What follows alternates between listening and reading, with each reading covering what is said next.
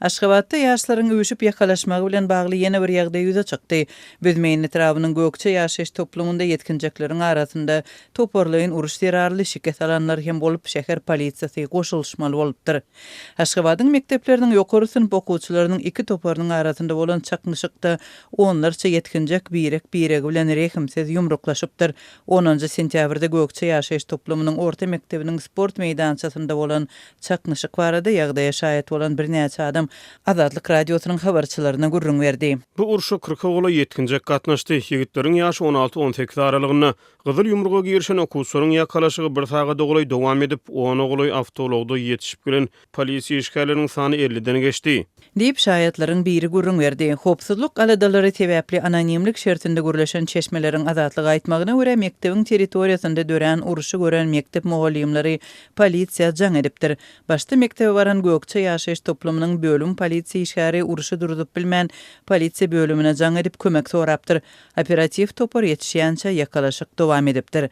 Çarşembe güni gündüz dören bu dartgynlylyga gatnaşanlaryň ençemesi polisiýa tarapyndan ele salyndy. Çeşmeleriň 13-nji sentýabrda beren maglumatyna görä, ýaşlaryň ona golaýy şu wagtda Çinli Büdmeýiniň polisiýa bölüminde saklanýar we soraga çekilýär. Yetkinjikler Aşgabat şäheriniň Büdmeýin etrabynyň polisiýa bölümine alınıp baryldy we häzir çelini ursun uramaçysyny anyklamak üçin operativ çäreler alınıp barylýar. Diýip polisiýa bölümindäki ýagdaýdan habarly Çeşme gurrun berdi.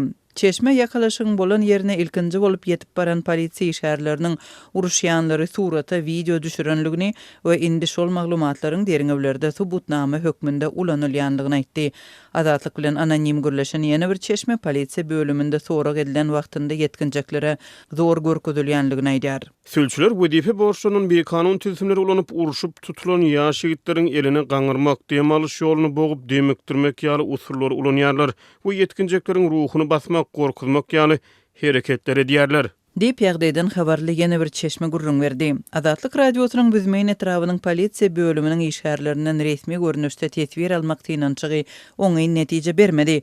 Büdmeýinde ýetkinjekleriň arasynda dören uruşyň daşyndaky ýagdaýlardan habarly bir näçe Çeşmäniň Azatlyk radiosyna beren maglumatlaryna laýyklykda okuwçylaryň biriniň 1000 manat mukdarly bergisini bermänligi dartgynlylyga sebäp bolupdyr. Ýokary synp okuwçysy ön synpdaşyndan bir hepde möhlet bilen 1000 manat ünde pul karda alıp, häzire çelini ertir bilen bermändir. Aladar ýigit öz dostlary bilen bergidary batyş görkezip gorkuzmak isläpdir. Ýöne bergidar ýigit hem hojulugy köpçülik bolan soň öz inileri hem de garyndaşlary bilen üýsüp mektebe gelip bergisini bermejekdigini gödök beýan edýär. Algydar bilen bergidaryň tarapdarlary toporlaýyn ýumrukly ursa girmeli bolýar. Ursa gatnaşanlaryň tany soňu bilen köpelip 40 adama goloýlaýar. Diýip Aşgabatly Çeşmeleriň biri gurrun berdi. Şaýatlaryň sözlerine görä ýumruklaşan ýaşlaryň arasynda ten şirket alanlar köp. Şol sanda burunlarynyň sünkü döwülen ýüzüniň derisini çaptyran, gözüniň gabagyna gök düşen ýetkinjekler bar.